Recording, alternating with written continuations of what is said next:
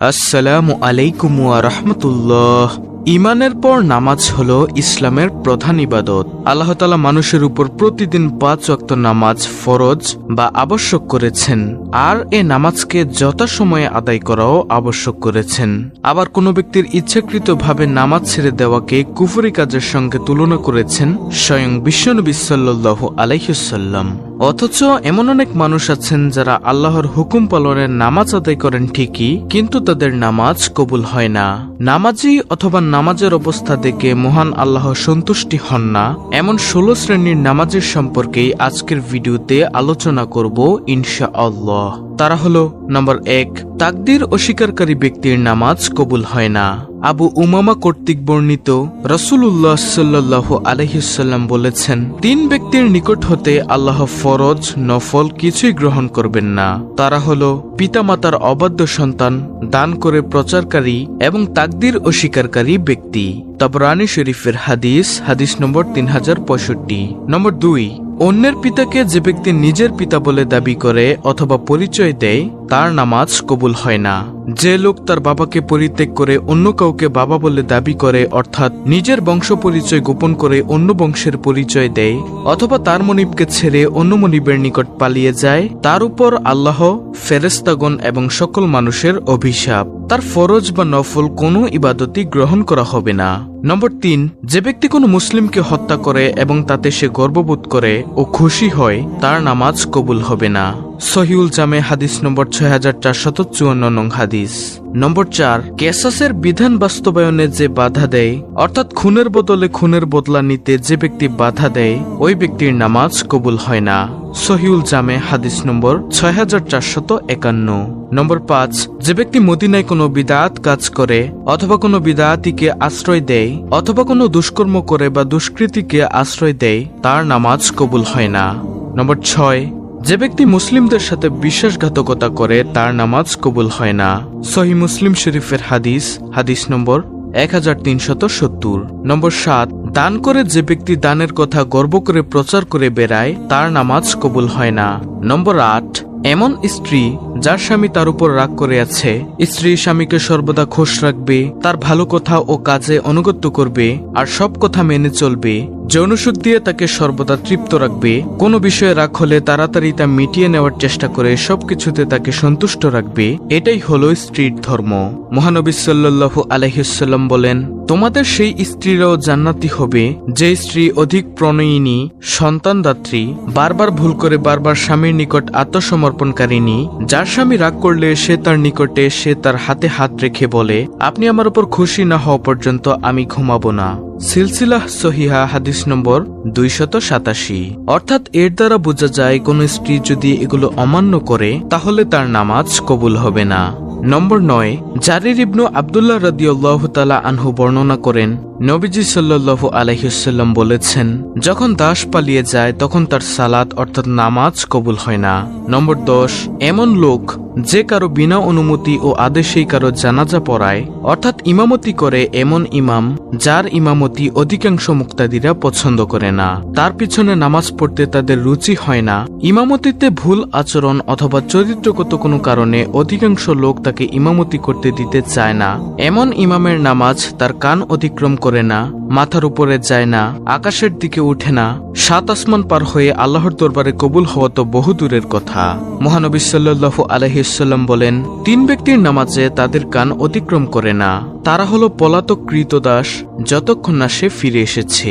এমন স্ত্রী যার স্বামী তার উপর রাগান্বিত অবস্থায় রাত্রি যাপন করেছে, অর্থাৎ যতক্ষণ না সে রাজি হয়েছে, এবং সেই সম্প্রদায়ের ইমাম যাকে লোক অপছন্দ করে। সিলসিলা সহিয়া হাদিস নম্বর 650। তারপরে নম্বর 11, এমন লোক যে কোনো গণকের কাছে ভাগ্য ভবিষ্যৎ জানার আশায় গণককে ইলমের গায়েবের মালিক মনে করে হাত দেখায়। এমন ব্যক্তির কেবল গণকের কাছে যাওয়ার কারণেই তার 40 দিনের অর্থাৎ 200 ওয়াক্তের নামাজ কবুল হয় না। আর যদি গণক যা বলে তা বিশ্বাস করে তবে সে কাফেরে পরিণত হয়ে যায়, আর কাফেরের নামাজ রোজা কবুল হয় না। এই সম্পর্কে হাদিসে মহানবী সাল্লাল্লাহু আলাইহি ওয়াসাল্লাম বলেন, যে ব্যক্তি কোনো গণকের নিকট উপস্থিত হয়ে কোনো বিষয় সম্পর্কে জিজ্ঞাসা করে, সে ব্যক্তির 40 দিনের নামাজ কবুল হয় না। মুসলিম শরীফের হাদিস নম্বর 2230। নম্বর 12, মদ পানকারীর নামাজ কবুল হয় না। মহানবী সাল্লাল্লাহু আলাইহি ওয়াসাল্লাম বলেন, আমার উম্মতের যে ব্যক্তি মদ পান করবে আল্লাহ তাআলা তার 40 দিনের নামাজ কবুল করবেন না। সহিহুল জামে হাদিস নম্বর 7717। নম্বর 13, এমন নামাজি যে নামাজ পড়ে কিন্তু নামাজ চুরি করে, দায় সারাভাবে নামাজ পড়ে, ঠিকমতো রুকু সেজদা করে না, রুকুতে স্থির হয় না, সেজদায় স্থির থাকে না, কোমর বাঁকানো মাত্র তুলে নেয়, শুশু করে দোয়া পড়ে চটপট উঠে যায়, মাথা উঁচু করে রুকু করে, কারো সেজদার সময় মুসল্লা স্পর্শ করে না, কারো পা দুটি উপর দিকে পাল্লায় হালকা হওয়ার মতো উঠে যায়, কেউ রুকু সেজদার মাঝখানে স্থির হয়ে দাঁড়ায় না, হাফ দাঁড়িয়ে সেজদায় যায়, আল্লাহ তাআলা সেই বান্দার নামাজের দিকে তাকিয়েও দেখে না, যে রুকু সেজদার মাঝে নিজ পিঠকে সোজা করে দাঁড়ায় না। সিলসিলা সহিয়া হাদিস নম্বর 2536। মানুষ 60 বছর ধরে নামাজ পড়ে অথচ তার একটি নামাজও কবুল হয় না। কারণ হয়তোবা সে রুকু পূর্ণরূপে করে, সেজদা পূর্ণরূপে করে না, অথবা সেজদা পূর্ণরূপে করে কিন্তু রুকু ঠিক মতো করে না। সিলসিলা সহিয়া হাদিস নম্বর 2535 নং হাদিস। দর্শক, নামাজ 3 ভাগে বিভক্ত।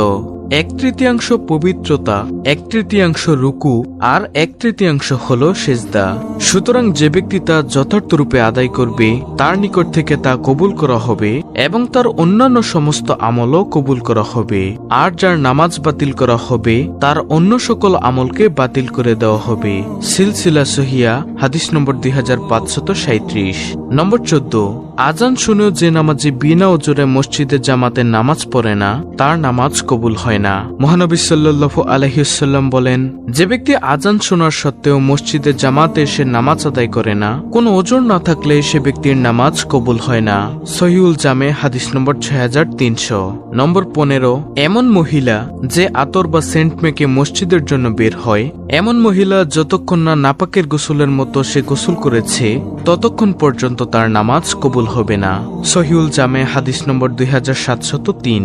নম্বর 16, পিতামাতার অবাধ্য সন্তানের নামাজ কবুল হবে না। পিতামাতার অবাধ্যতার বিভিন্ন রূপ হতে পারে, যেমন পিতামাতার উপরে নিজেকে বড় মনে করা, অর্থাৎ সম্পদ, শিক্ষা দীক্ষা, সম্মান, প্রতিপত্তি ইত্যাদি বিষয়ে পিতামাতার চেয়ে নিজেকে বড় মনে করা, এটাই পিতামাতার অবাধ্যতা।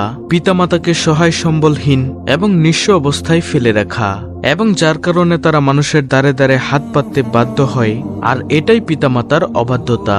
বন্ধু বান্ধব, স্ত্রী, সন্তান বা অন্য কাউকে, এমনকি নিজের প্রয়োজনকেও পিতামাতার উপর অগ্রাধিকার দেওয়া তাদের অবাধ্যতার অন্তর্ভুক্ত। পিতামাতাকে শুধু নাম ধরে বা এমন শব্দ প্রয়োগে ডাকা যা তাদের অসম্মান ও মর্যাদাহীন ইঙ্গিত দেয়, এটাই পিতামাতার অবাধ্যতা। পিতামাতার সঙ্গে চোখ রাঙিয়ে ধমকের সুরে কথা বলা, এটাই পিতামাতার অবাধ্যতা। তাদের সেবা যত্ন না করে এবং শারীরিক মানসিক বিষয়ের দিকে খেয়াল না রাখা, বিশেষ করে বৃদ্ধ বয়সে রোগ ব্যাধিতে তাদের প্রতি অবহেলা প্রদর্শন করা, এটাও পিতামাতার অবাধ্যতা। দর্শক, এই হলো মোট 16টি পাপ। এগুলো যদি আপনি করেন তাহলে আপনার নামাজ কবুল হবে না। অত্যন্ত গুরুত্বপূর্ণ একটি ভিডিওটি ভালো লাগলে অবশ্যই চ্যানেলটিকে সাবস্ক্রাইব করে পাশে থাকা বেল আইকনটি বাজিয়ে দিবেন। ভিডিওটিতে একটি লাইক দিবেন এবং কমেন্টে আমিন লিখবেন এবং অন্য মুসলিম ভাই বোনদের কাছে ভিডিওটি শেয়ার করে দিবেন, যেন তারাও আজকের ভিডিওতে বলা এই 16টি পাপ থেকে মুক্ত থাকতে পারে। আল্লাহ রাব্বুল আলামিন আমাদের সকলকে সঠিক বুঝ দান করুন। আমিন।